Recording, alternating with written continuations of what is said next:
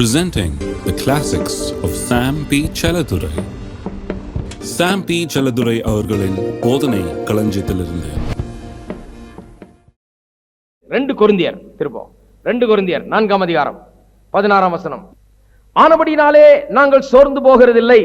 எல்லாரும் சொல்லுங்க, நாங்கள் சோர்ந்து போகிறதில்லை. எங்கள் புறம்பான மனுஷனானது அழிந்தும் உள்ளான மனுஷனானது நாளுக்கு நாள் புதுப்பிக்கப்படுகிறது. நல்லா கவனிங்க. புறம்பான மனுஷன் என்ன? வெளியில உள்ள மனுஷன். பவுல் அப்போஸ்தலன் 2 விதமா சொல்றார். மனுஷன்னா உள்ளான மனுஷன், புறம்பான மனுஷன். உள்ளதான் மனுஷன் இருக்கிறான், ஆனா அவன் எதுக்குள்ள இருக்கிறான்? சரீரத்துக்கு உள்ளாக இருக்கிறான். அவனுடைய சரீரத்தை புறம்பான மனுஷன் என்று சொல்லுகிறார். இந்த புறம்பான மனுஷன் என்ன ஆகுது? அவனுக்கு அழிந்து போய் கொண்டிருக்கிறான், இல்லைங்களா? இந்த புறம்பான மனுஷன் பழசாய்க்கொண்டே போய் கொண்டிருக்கிறான்.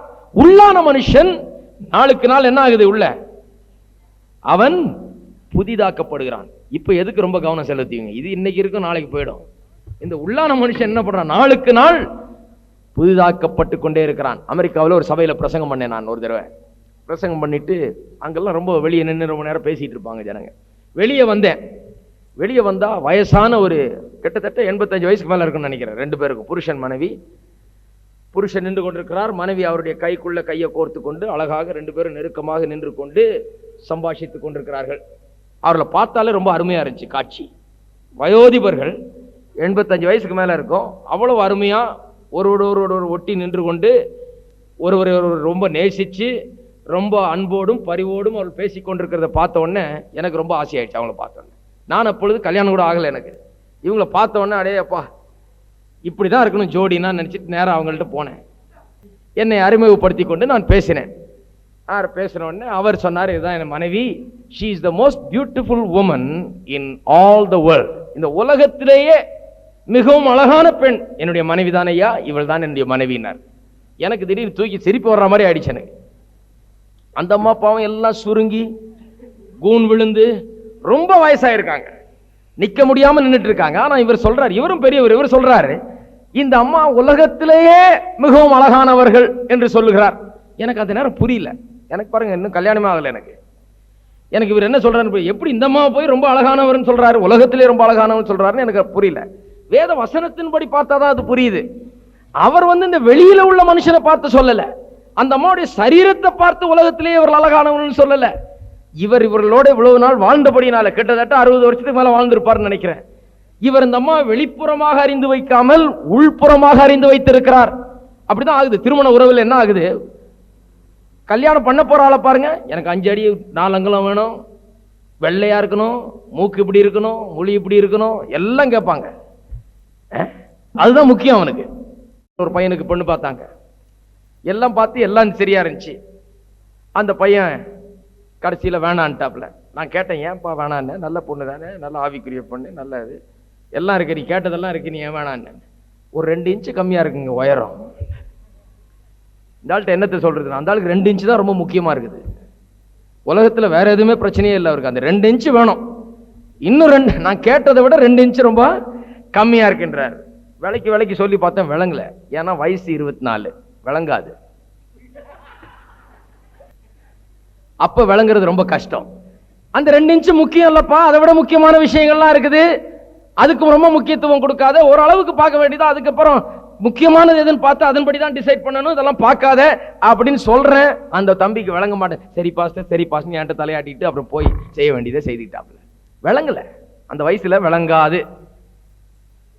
பெண்களும் அப்படிதான். எனக்கு தெரிஞ்ச ஒரு பெண் இருக்குது, மாப்பிள்ளையை கொண்டு வந்து காமிச்சா, ஐயோ இவர் ரொம்ப கருப்பார். நான் சொன்னேன், எல்லாம் நம்ம எல்லாம் வெள்ளைக்காரங்களா? இந்தியர்னா அப்படிதான் இருப்பாங்க. இல்ல எனக்கு இன்னும் கொஞ்சம் வெள்ளையா வேணும் நினைச்சான், இன்னும் கொஞ்சம் உயரமா வேணும், தொப்பை கொஞ்சம் பெருசா இருக்கு. நான் சொன்னேன், அம்மா ஆள் நல்ல ஆவிக்குரிய மனுஷன், ரட்சிக்கப்பட்டிருக்கிறாரு, கர்த்தருடைய பிள்ளை, நல்ல வேலையில் இருக்கிறாரு, நல்ல குடும்பத்தை நடத்தக்கூடிய ஒரு ஸ்தானத்தில் இருக்கிறாரு. எப்படியும் உன்னை கல்யாணம் பண்ணிட்டு ஒரு 3 மாசத்துல தொப்பை வரதான் போகுது.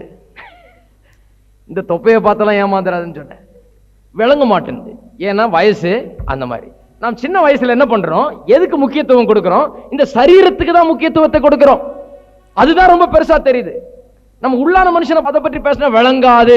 எனக்கு அப்படி வேணும் இப்படி வேணும்னு கேட்பாங்களே ஒழிய உள்ளான மனுஷனை குறித்து விளங்காது. இவர் வயோதிபர் 2 பேர் நின்றுட்டு இருக்காங்களே, இவங்களுக்கு என்னன்னா அதெல்லாம் கடந்து வந்துட்டாங்க. இன்னும் கேட்டா அதெல்லாம் மறந்தே போயிருப்பாங்க.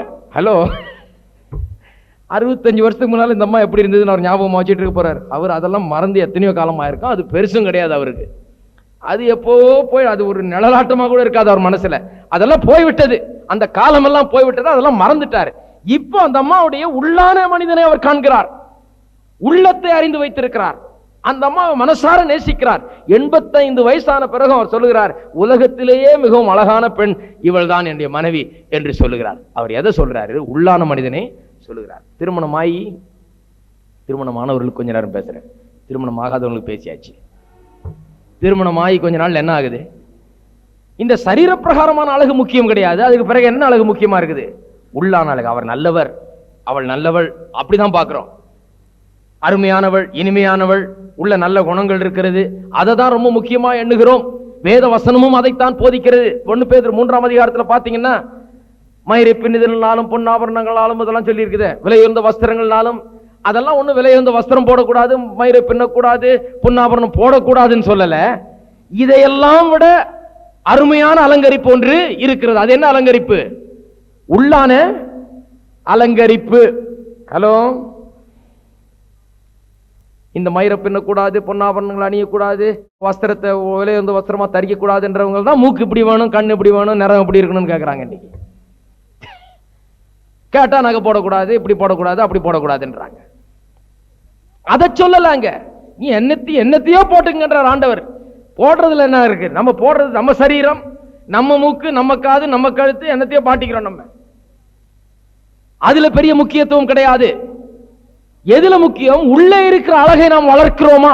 ஏனென்றால் கொஞ்ச நாள் பொறுத்து, எவ்வளவு நாள் தான் இதை மாட்டிக்கிட்டு இந்த அழகையை பார்த்துக்கிட்டு இருப்போம்? இந்த அழகெல்லாம் ஓடி போகும், இதெல்லாம் அழிந்து போகிறது. மாட்டிக்கிற காலத்துல மாட்டிக்கிற 15 வயசு பெண்ணுக்கு போய் நீ இதெல்லாம் மாட்டக்கூடாதுன்னு சொல்ல முடியாது. அதை தான் மாட்டுவேன்னு. சரி, மாட்டிட்டு போ, அது பின்னால தெரிஞ்சுக்கும். சரி, இதெல்லாம் அவ்வளவு முக்கியம் கிடையாது. எது முக்கியம்?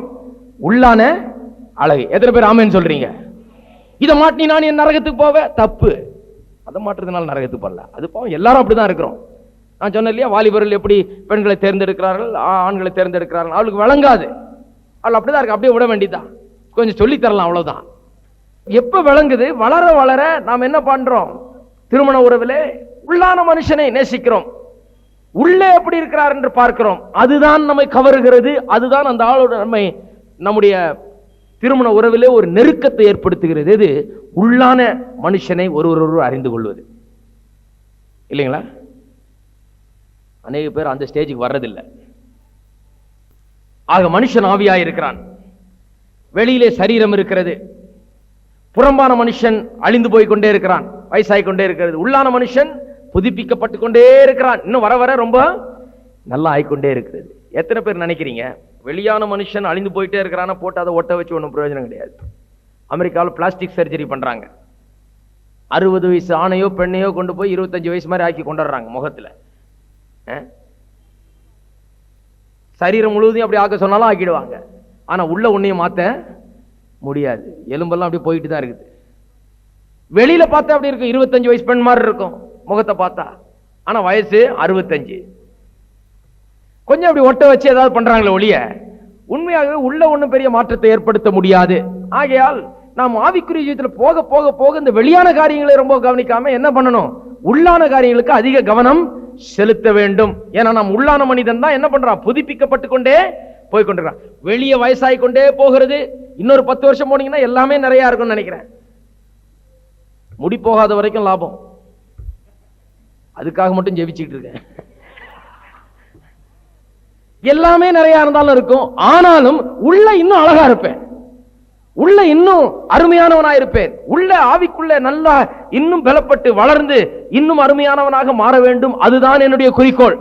இப்ப போய் வெளியே போய் நான் யாரோ ஒருத்தர் சொன்னா அங்க போய் முடிவெற்ற கடையில் உட்காந்தா முதல் வேலை, ஐயா டை அடிச்சுங்களேன். உன் டையும் வேணாம் ஒண்ணு வேணாப்பா, இது அப்படியே இருந்துட்டு போகுதுன்னு. இதுல டை அடிச்சு என்ன பிரயோஜனம்? இது பற்றி எனக்கு இப்ப கவலை கிடையாது. அந்த ஸ்டேஜுக்கு வந்தாச்சு. இதெல்லாம் மறந்து இப்ப எதை பார்க்கணும்? உள்ளே கவனிக்க வேண்டும். உள்ளே எப்படி இருக்கிறது? எல்லாரும் சொல்லுவோம், உள்ளான மனிதன் ஒவ்வொரு நாளும் புதுப்பிக்கப்பட்டு அருமையானவனாக மாறிக்கொண்டு வருகிறான். அதுதான் ஆவிக்குரிய விசுவாசியினுடைய நிலை.